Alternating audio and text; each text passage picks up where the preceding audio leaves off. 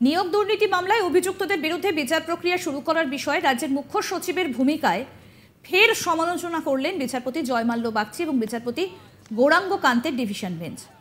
আগের শুনানিতেই division bench জানিয়েছিল মুখ্য সচিবকে এই ব্যাপারে সিদ্ধান্ত নিয়ে আদালতকে জানাতে হবে, কিন্তু এদিন মুখ্য সচিবের তরফে যে রিপোর্ট আদালতে পেশ করা হয় সেখানে ফের তিনি জানান লোকসভা নির্বাচনের পর এ ব্যাপার তিনি জানাবেন।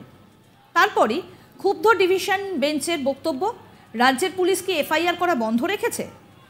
১.৫ বছর ধরে অভিযুক্তদের বিরুদ্ধে নিম্ন আদালতে চার্জ ফ্রেম করা যাচ্ছে না, সিবিআই কি তদন্ত বন্ধ রেখে দেবে? রাজ্যের আইনজীবী অনির্বাণ রায় এদিন মুখ্য সচিবের বক্তব্য সংক্রান্ত রিপোর্ট আদালতে পেশ করেন। সেখানেই তিনি জানিয়েছেন এ ব্যাপারে নির্বাচনের পর তিনি মতামত জানাবেন। কিন্তু বিচারপতি জয়মাল্য বাগচির বক্তব্য, মুখ্য সচিবের এই বক্তব্য অভিযুক্তদের দ্বারা যেন প্রভাবিত না হয়, কারো দ্বারাই প্রভাবিত হোক সেটা কাম্য নয়। এ ব্যাপারে তাকে ২৩শে এপ্রিলের মধ্যে প্রভাব মুক্ত হয়ে রিপোর্ট পেশ করতে হবে।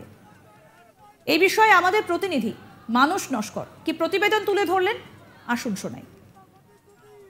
রাজ্যের মুখ্য সচিব বিপি গোপালিকার ভূমিকায় ফের ক্ষুব্ধ কলকাতা হাইকোর্ট।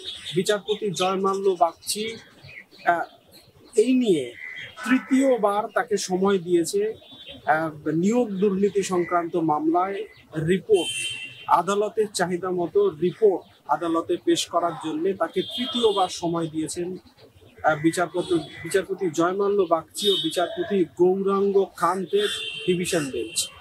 নিয়োগ দুর্নীতি মামলায় নিম্ন আদালতে একাধিক সরকারি আধিকারিকের বিরুদ্ধে চার্জ ফ্রেম করে বিচার পর্ব শুরু করা যাচ্ছে না। রাজ্যের মুখ্য সচিবের অনুমতি বা মুখ্য সচিবের অনুমতি না মেলায় সেই বিচার পর্ব শুরু করা যাচ্ছে না। কিন্তু মুখ্য সচিব গত প্রায় ১.৫ বছর ধরে মুখ্য সচিব সেই অনুমোদনের বিষয়টি ঝুলিয়ে রাখায় বা সেই অনুমোদন না দেওয়ার জন্য প্রায় ১.৫ বছর ধরে বিচার পর্ব শুরু করা যাচ্ছে না। এতেই ক্ষুব্ধ কলকাতা হাইকোর্ট। বিচারপতি জয়মাল্য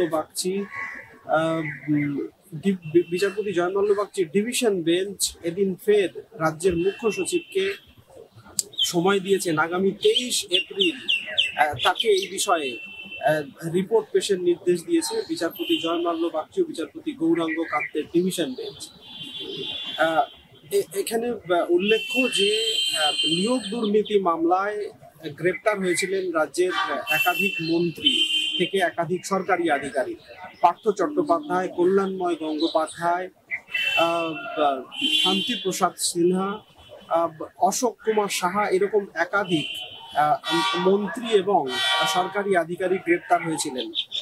মন্ত্রী পার্থ চট্টোপাধ্যায়ের ব্যাপারে ইতিমধ্যেই রাজ্যপাল সম্মতি দিয়েছেন যাতে তার বিরুদ্ধে চার্জ ফ্রেম করে বিচার পর্ব শুরু করা যায় নিম্ন আদালতে। কিন্তু অন্যান্য সরকারি আধিকারিকদের ব্যাপারে রাজ্যের মুখ্য সচিবকে সম্মতি দিতে হয়, যাকে ইংরেজিতে বলা হয় স্যাংশন। সেটি দেওয়ার পরেই তাদের বিরুদ্ধে চার্জ ফ্রেম করে নিম্ন আদালতে বিচার পর্ব শুরু করা যায়। সিবিআই এর বক্তব্য, প্রায় ১.৫ বছর আগে ২০২২ সালে রাজ্যের কাছে সেই অনুমোদন বা সেই সম্মতি চেয়েছিল সিবিআই, কিন্তু তারপর থেকে এতদিন ধরে সেই বিষয়টি ঝুলিয়ে রাখা হয়েছে। সম্মতি না দিয়ে দিনের পর দিন নানা রকম অজুহাত দেওয়া হচ্ছে।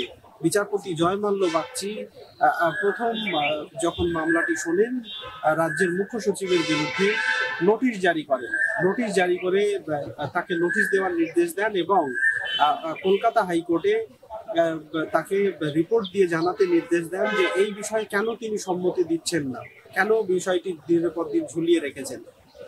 এরপর গত বুধবার এই মামলা শুনানি ছিল।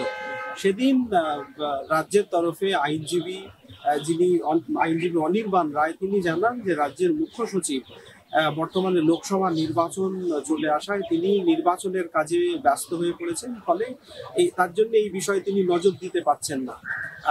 রাজ্যকে কিছুদিন সময় দেওয়া হোক, তাহলে তিনি এই বিষয়ে সম্মতি দেবেন বা এই বিষয়ে তিনি তার বক্তব্য জানাবেন।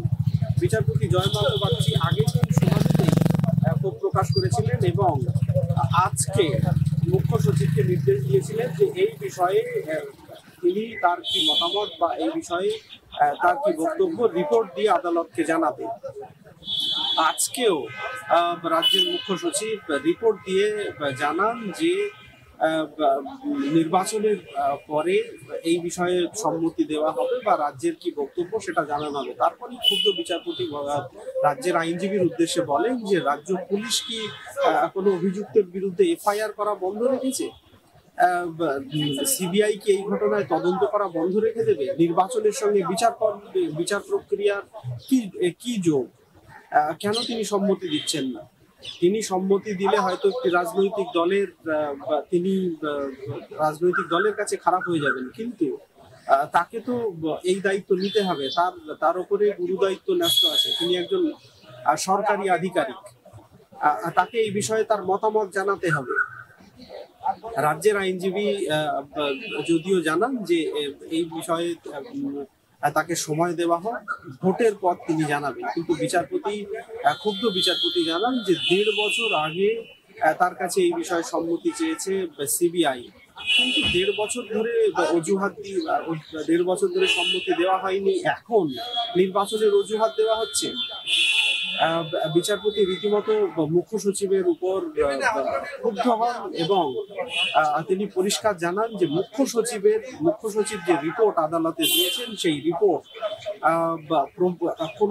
কোনো রকম ভাবে প্রভাবিত হয়েছে বা কারোর দ্বারা প্রভাবিত বলেই বিচারপতি বা হাইকোর্ট ডিভিশন বেঞ্চের মত। বিচারপতি জয়মাল্য বাগচি এবং বিচারপতি গৌরাঙ্গ কান্তের ডিভিশন বেঞ্চ পরিষ্কার জানিয়েছে যে তাকে সমস্ত রকম প্রভাব মুক্ত হয়ে এই রিপোর্ট পেশ করতে হবে এবং তিনি তার কি মতামত, তিনি স্যাংশন দেবেন কিনা সেই বিষয়ে তাকে স্পষ্ট জানাতে হবে। বরং বলা যায় যে ডিভিশন বেঞ্চ পরিষ্কার জানিয়েছে যে তাকে সম্মতি দিতে হবে, তিনি একজন সরকারি আধিকারিক, তার উপরে এই বিষয়ে তার উপরে দায়িত্ব ন্যস্ত আছে। তিনি কোনো রাজনৈতিক দলের কাছে বিরাগভাজন হয়ে পড়তে পারেন এর ফলে, কিন্তু আদালত সেটা দেখবে না। আদালত এই বিষয়ে তার মতামত চায় এবং তাকে তৃতীয়বার সময় দেওয়া হচ্ছে। বিচারপতি এর আগের দিন শুনানিতে রীতিমতো হুঁশিয়ারি দিয়েছিলেন যে তাকে প্রয়োজনে আদালতে সশরীরে হাজির হওয়ার নির্দেশ দেওয়া হবে।